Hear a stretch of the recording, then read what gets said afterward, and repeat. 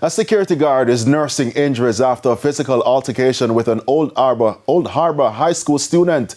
The incident ended with his skull being fractured, and the police have since gotten involved. The incident is the latest in a string of school violence. Ramada Lyons has the details. A school guard left on the ground. These are the brutal seconds that led to that moment. A physical altercation with a student right outside the school gate. This is the end result. The security guard left with a fractured skull. SSP Leighton Gray, head of the St. Catherine South Police Division, says in recent times, Old Harbour High School has been on the radar for violent activity. It is telling us, obviously, that there is something going on there that need some level of intervention. We have realized that there has been some fights and also some other situation happening there.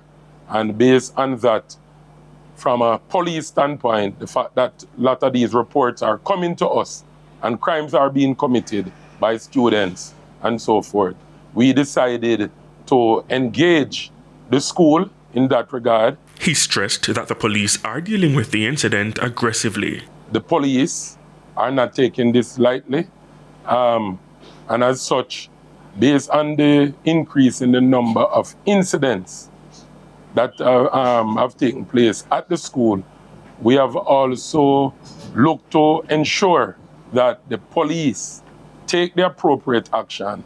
While the guard recovers, there was an incident review meeting, including the school's administration and a representative from the Ministry of Education on Tuesday. It was based mostly around response to incidents like these and the protocols that should be followed by the school when such a major incident have occurred in which a member of the public, whether it be outside or internal of the school, is injured by any students. The police say there's usually an uptick in violent activity as the school year comes to a close. At this time of the year, there's a likelihood for increase in these type of activities. The brawl among students, some of whom who are graduating, and will use this opportunity to revenge some things that happen throughout their school years. Meanwhile, they say they've had to increase their presence at Old Harbour High after some 4 incidents were reported recently. A total of 11 persons were already arrested. These persons were already brought before the court, and the necessaries were done.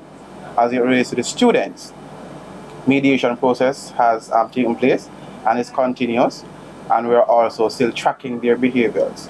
Ramada Lyons, TVJ News.